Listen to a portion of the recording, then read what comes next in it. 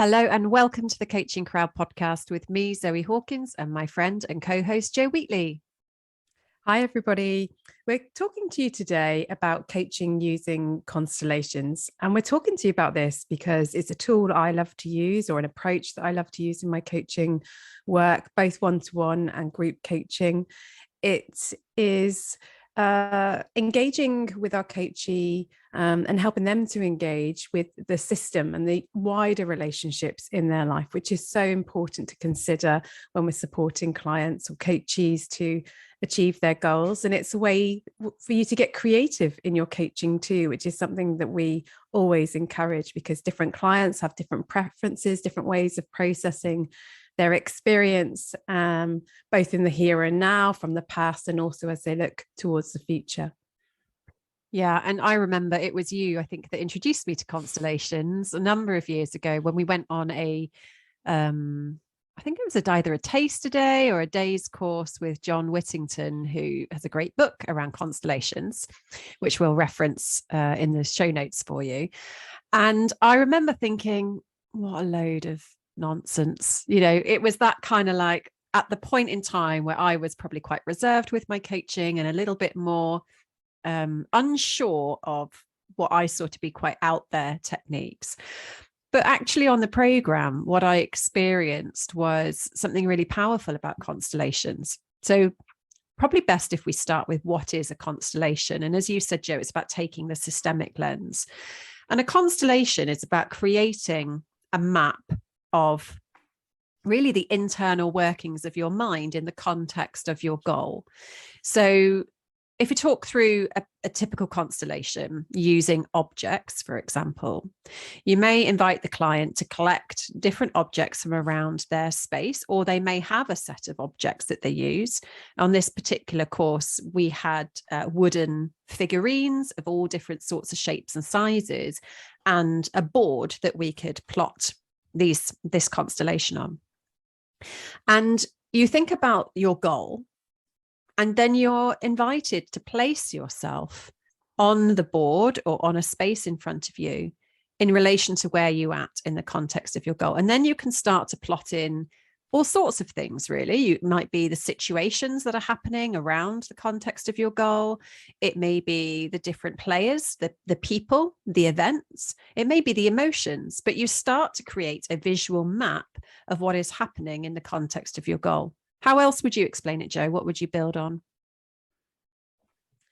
Well, constellations is an approach that was developed in Europe by Bert Hellinger, and it originates in family systems. So thinking about those relationships, but it helps an individual to be able to step out of their kind of their heads, their sort of conscious reality. You know how we can all get a bit over analytical, stuck in our thoughts, and it's a way to be able to engage more with your felt sense. And it is a way that the client can start to feel often more of a sense of control over their current situation and the future. Because as you say, Zoe, by plotting the current reality, they get to almost like walk around that board, if we talk about that, and look at the situation from different angles and perspectives, like in a really physical way, like getting that movement and starting to consider other people's perspectives, what their experience might be in this really like a metaphorical representation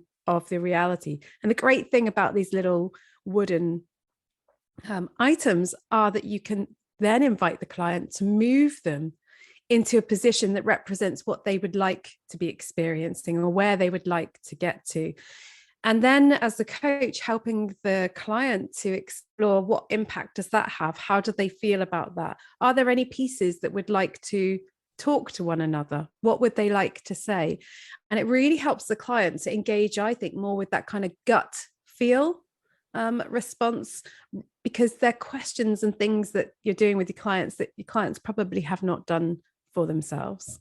Yeah, I'd like that piece that you talked about around the unconscious. It is like a zooming out, isn't it? And being able to almost look down upon your situation and see things from a very different lens.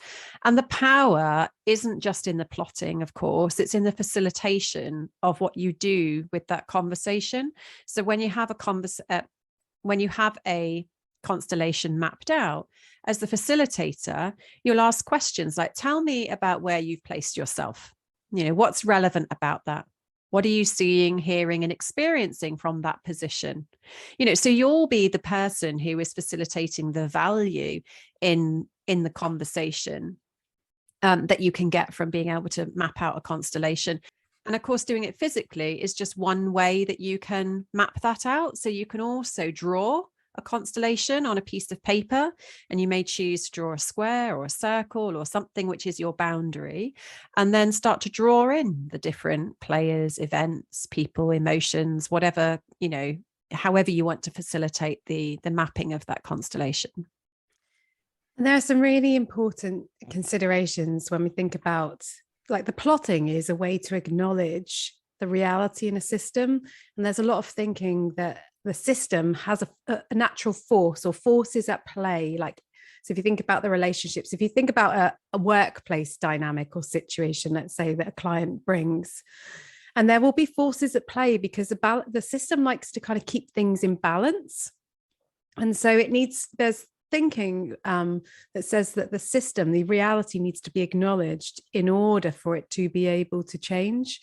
And the sort of hidden forces that you might think about in organizations are like how long people have been in a team, for example. You probably, when I say that, all have a sense of, oh yeah, like, I remember when somebody joined, or when I joined a team and I didn't feel like I had much power or influence in the team, but over time, as new people came in, or even I think about my son's football team, and 3 players left recently out of a team of 8.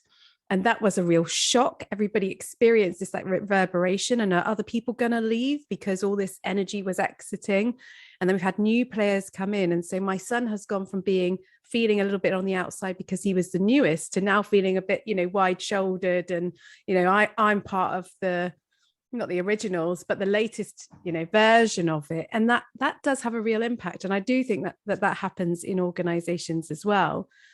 And then you've also obviously got, the roles that people have, like the status that natural roles have within the order.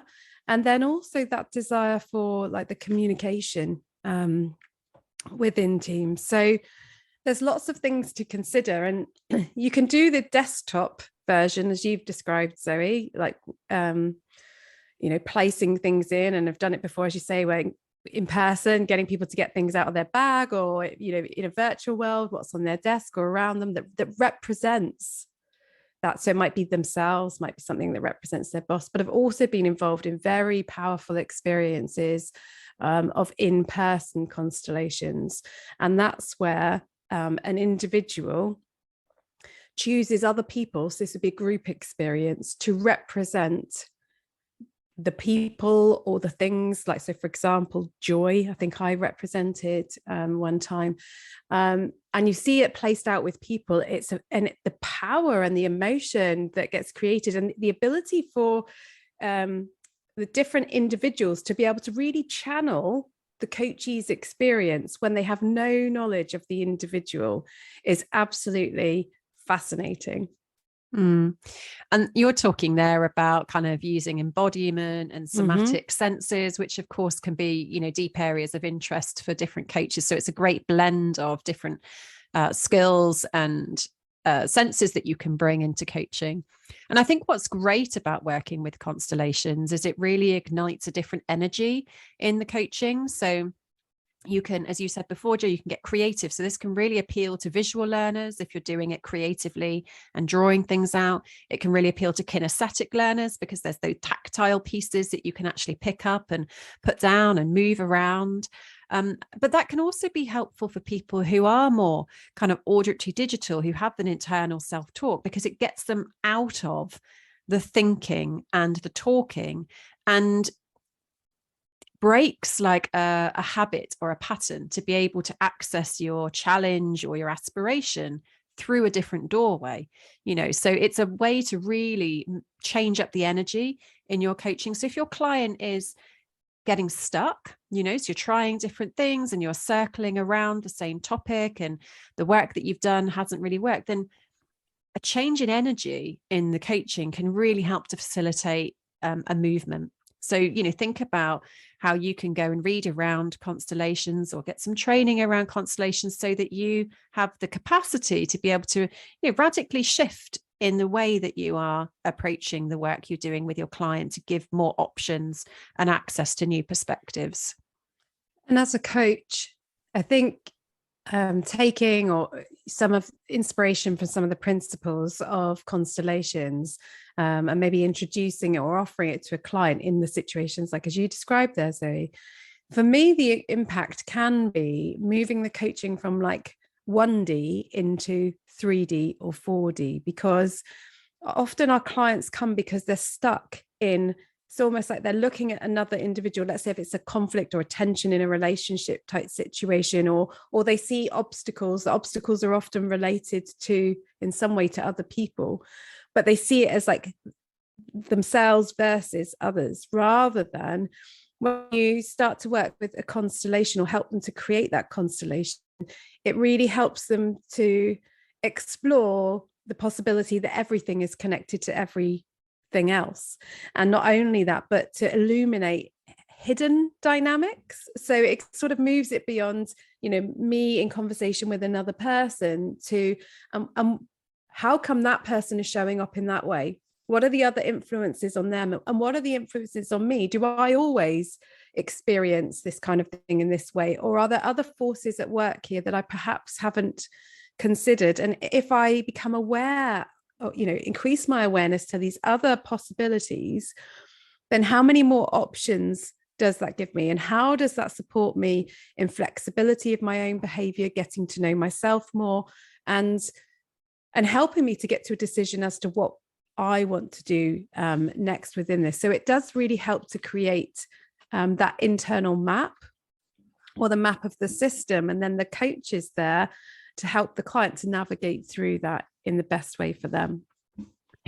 We have an activity around constellations on our emotions coaching practitioner training, and I would say it's probably one of the favorites that our learners report back on, isn't it? And we had somebody share on one of the integration sessions recently, which is where we come together as a group and share learnings and ask questions and explore different challenges.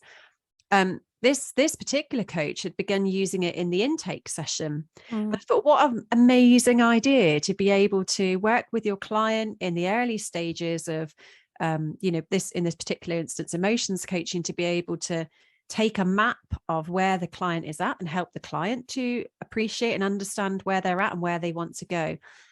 And then you can repeat the constellation at the end of the work that you've done together to look at how has that internal map changed. And I think what's particularly powerful about the work that we do in this emotions coaching is being able to take a lens and recognize what is the impact on my emotions from the wider world, because we often think it's, as you described there, Jay, the situation right in front of us, or the person right in front of us that's having this influence on our emotions, or the particular challenge that we're experiencing. But when you zoom out and you consider all the different impacts, so I remember doing this constellation when we were making the training and producing it, and I really got into contact with the impact that things like climate change was having on me emotionally, with young children, and and sometimes just getting drawn into that overwhelming state of where the world is at. And when you map that out, you can honor that and really take a moment to be like, so I'm not just stressed because I've got a short deadline. There are these external influences that are taking place both within me and around me. And I think that really helps to just catch your breath and appreciate where you're at. And of course, that can create clarity and the ability to move forward. And not all of those things can you action. A constellation brings to light many things that are outside of control, but that also helps you to know what you can put down and what you really need to focus on in terms of being able to move forward. So it's really interesting, fascinating, liberating work when you can integrate constellations into your coaching. For me, one of the most powerful things is like I've also facilitated like what's called deep democracy exercises. And, like anything, like I can see constellations show up in many places, activities and trainings that I've done before. And it's that idea of how do we ensure that all of the voices in the system are heard? And especially the voices that are in the margins or in the periphery. And I think creating that map or a system, and maps are one of the oldest things in the world, aren't they, when you think about it, really helps to give an opportunity for those voices to be heard. So I talked about earlier, like where you feel there's an energy or the client is interested in, I wonder what that person who, now I look at it, I can see that they're facing away from me, but I experience it on a day-to-day as if they're, like that. Why have I placed them? What's the reason I've placed them there? And I wonder what their experience is. What can they see that I can't currently see? And if you from the coach's perspective, it's about how do you support your client to be able to trust themselves and their own inner voice, or how they can channel that without self-sabotaging by holding those voices back because they feel embarrassed or weird somehow. So there's a lot of skill on behalf of the coach in these scenarios to work with the client to experiment, I would say, with something new and being open to it without judgment.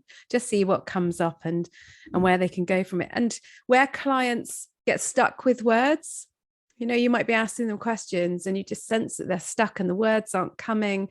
They are disconnected, like in some way, maybe from themselves or the situation. And doing a constellation or offering that can help just to break through the stuckness by doing something completely and utterly different. Yeah, so a good place to start if you're interested in this constellation is to get John Whittington's book, which is behind me, Systemic Coaching and Constellations. We're not affiliates to his, we just love the read and have obviously sampled some of his work. So that would be a good place to start, which gives you some of the foundations of constellation work and just a place to maybe kickstart your interest. Or come and join our emotions coaching practitioner training, because as you're saying, we have constellation activity in there that is aligned and focused more to emotional experiences. So it's a good opportunity to integrate those two areas. And we encourage you more broadly to think about, how do you invite creativity into your work with clients? How do you inquire with them around what are the best ways to help them overcome what's in the gap for them between their current reality and their goal? Coaching does not need to be all about the two of you sat at a desk having a conversation. We know getting outdoors, but there are other things and tools and techniques. And we encourage you to always remain open to exploring, what's new in the coaching world and get inspired by different approaches. Maybe you end up creating your own approach. There may be an idea within you that's percolating at the moment, thinking about what you can bring into your work with your clients. Yeah, which reminds me of an earlier podcast episode we did around creativity and coaching. So if you aren't a regular listener, scroll back through the episodes and find that one and have a listen, because that might give you some great ideas as well. So if you found today's podcast valuable, we would really appreciate it if you could review the podcast, if that's possible, from where you're listening. And if you haven't subscribed, make sure you do so you never miss an episode. And we'll see you again next Monday.